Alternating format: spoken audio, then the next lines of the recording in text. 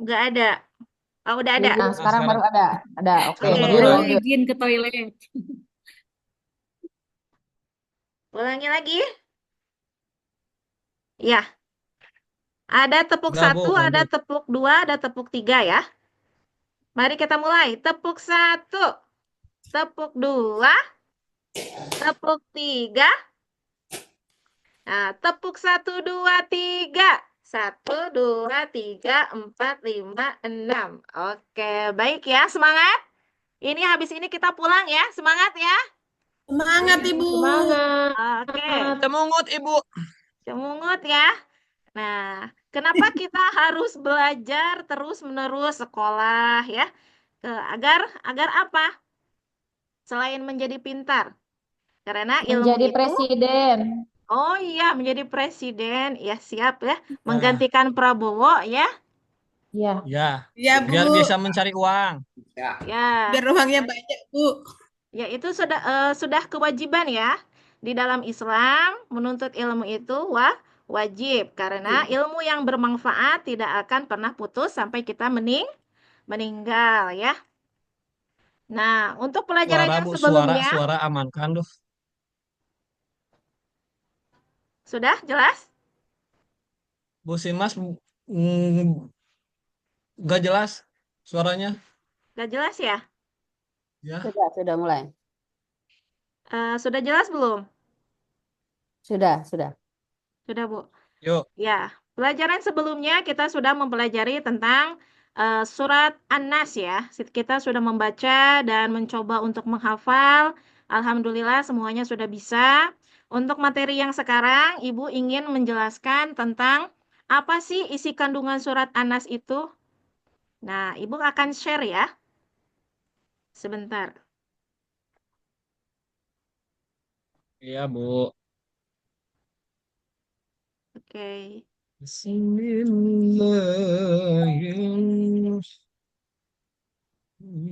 Sebelumnya, Bismillahirrahmanirrahim. kenapa Ibu harus memberikan materi kepada kalian tentang pesan pokok surah An-Nas? Ada tujuannya. Yang pertama, peserta didik dapat memahami makna pesan pokok surah An-Nas ya. Jadi kalian harus tahu apa isinya, apa itu surat An-Nas, di mana diturunkannya, yang seperti itu. Terus yang kedua, peserta didik dapat mengaitkan pesan pokok surah An-Nas pada kehidupan sehari-hari. Jadi kalian harus mengamalkan apa yang terdapat isi kandungan surat An-Nas itu ke dalam kehidupan kalian sehari-hari. Apakah kalian sudah tahu apa saja pesan pokok surah An-Nas? Coba kalau surah An-Nas itu artinya apa ya? Manusia, Bu. Manusia Ya. ya. Kita manusia bukan Manusia. ya? Ya. Manusia Bu. Alhamdulillah ya kita manusia ya. Nah, Anas itu Ya. menjelaskan tentang artinya yaitu manusia. Nah, surah Anas itu diturunkan di kota Madinah termasuk golongan surah Madaniyah. Ini ada beberapa pendapat ya, perbedaan pendapat. Akan tetapi di dalam buku Kemendikbud ini surah Anas diturunkan di kota Madinah. Nah, surah Anas itu surat ke-114 dan merupakan surat terakhir setelah surah Al-Falaq.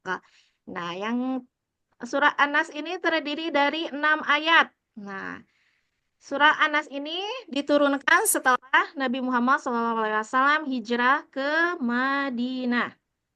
Asbabun nuzul, kenapa diturunkan surah An-Nas kepada Nabi Muhammad SAW?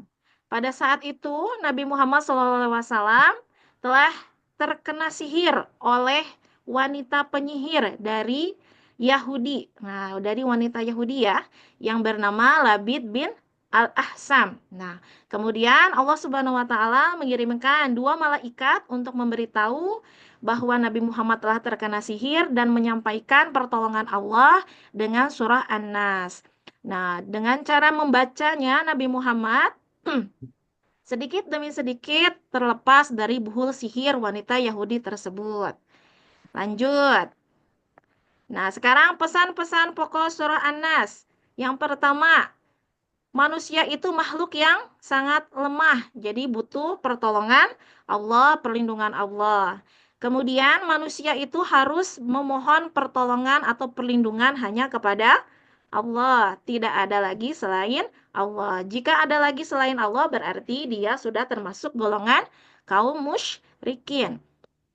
Nomor 3, manusia berlindung kepada Allah dari godaan jin dan setan, juga kejahatan manusia.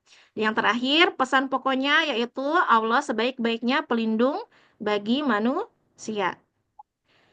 Lalu apa yang harus kita implementasikan surah An-Nas ke dalam kehidupan sehari-hari? Kalian coba baca surah An-Nas sebelum tidur agar kalian terlindungi dari gelapnya malam, dari kejahatan malam, ada jin, ada setan maupun kejahatan manusia. Kalian sudah pernah bermimpi buruk belum? Pernah, Bu. Pernah ya. Nah, maka dari itu, selain membaca doa sebelum tidur, bacalah surat An-Nas juga surat Al-Falaq ya. Kemudian, berdoa dan membaca surah An-Nas sebelum berangkat ke sekolah. Kemudian, bacalah surat An-Nas ketika kalian sedang ketakutan atau ke dalam kegelisahan ya, agar Allah memberikan kenyamanan dan rasa aman. Membaca surah An-Nas dianjurkan ketika kalian sudah berdoa setelah sholat. Sampai di sini ada yang mau bertanya? Tidak, Bu. Tidak. Oke, lanjut. Hikmah dan manfaat. Apa sih manfaatnya bagi kita ketika kita membaca surat An-Nas? Yang pertama, mendapatkan kebaikan dan pahala dari Allah ketika membacanya. Karena ada dalam hadis bahwa membaca satu huruf ayat Al-Quran mendapat satu kebaikan. Yang kedua, mendapat perlindungan dari Allah. Yang ketiga, lebih dekat dengan Allah. Yang keempat, merasa aman dan nyaman. Yang terakhir, menjalin hubungan yang baik dengan sesama manusia. Oke, sekarang ada beberapa ibu meminta kalian membentuk sebuah kelompok. Nah, ini tugasnya ya. Nanti ibu bagikan kelompoknya. Yang pertama, nanti ibu memberikan LKPD.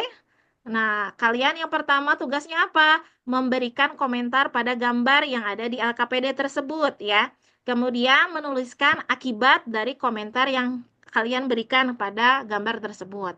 Lalu yang terakhir nanti kalian mempresentasikan hasil setiap kelompok. Mana Bu kelompoknya? Ini kelompoknya ya. Ada kelompok 1, kelompok 2, kelompok 3, kelompok 4. Nah, silakan kalian membentuk kelompok masing-masing sesuai yang Ibu sudah bentuk kelompoknya ya. Sudah? Iya, Bu. Sudah, Bu. Oke, sudah ya. Sudah didiskusikan? Ya. Sudah. Sudah. Sudah, Bu. Oke, coba kelompok 1 saja ya. Nanti yang kelompok selanjutnya kita presentasikan di hari kemudian. Oke, Iya, Bu. yang kelompok pertama yaitu dari Puji. Coba Puji presentasikan. Boleh, Bu. Baik, Boleh. saya akan mempresentasikan hasil diskusi dari kelompok 1 mengenai gambar. Di situ tadi ada 4 gambar ya, Bu. Gambar pertama ada anak perempuan dan laki-laki sedang berdoa. Karena kita dianjurkan sebagai umat Islam untuk selalu berdoa dan juga melaksanakan sholat.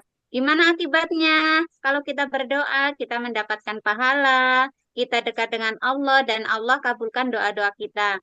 Kemudian gambar yang terakhir, yang keempat, ada anak laki-laki yang menangis karena ketakutan. Oke nih. Akibatnya apa? Menangis tidak akan membuat ketakutan menjadi hilang. Tetapi kalau kita takut, kita bisa berdoa dengan membaca surah An-Nas. Begitu Bu dari kelompok kami. Terima kasih. Ya, baik, bagus ya kelompoknya. Terima kasih sudah presentasi. Nah, begitu ya. Semuanya sudah bisa dipahami? Bisa, Bu. Oke. Kesimpulan, Ibu akan menyimpulkan pelajaran ini dengan sebuah hadis ya. Sebaik-baiknya manusia adalah yang membaca dan mempelajari Al-Quran serta mengajarkannya pada orang lain. Jadi sebaik-baiknya manusia adalah membaca dan mempelajari Al-Quran ya. Mempelajari itu bukan hanya membaca, menghafal, tetapi memahaminya, mengetahui maknanya, dan mengajarkannya, mengamalkannya, isi kandungan tersebut ke dalam kehidupan sehari-hari. Seperti itu ya. Hari. Oke. Ya, Mari Bu. kita berdoa bersama-sama setelah belajar ya. Oke. Iya, Bu. Mari bersama-sama doa. Subhanakallahumma wa bihamdika. Bismillah. Bismillahirrahmanirrahim. Rahmanirrahim. Subhanakallahumma Subhanakallahumma wa bihamdika bihamdika. asyhadu Asyhadu an an la la ilaha illa illa anta anta astaghfiruka wa wa atubu atubu ilaik. ilaik. Baik. Amin. Amin ya Allah ya Rabbal Alamin. Sampai jumpa di lain waktu. Minggu depan kita bertemu lagi. Semoga Ibu doakan kalian menjadi anak yang soleh dan soleha. Terima kasih. Wassalamualaikum Amin warahmatullahi ya Rabbal Alamin. wabarakatuh. Waalaikumsalam warahmatullahi wabarakatuh. Insya Allah, Alhamdulillah semua selesai ya. Bisa ditutup dulu, Bu Mas Ito. Sebentar, Bu. Oke. Oke. Oke. Baik, terima kasih Bapak Ibu.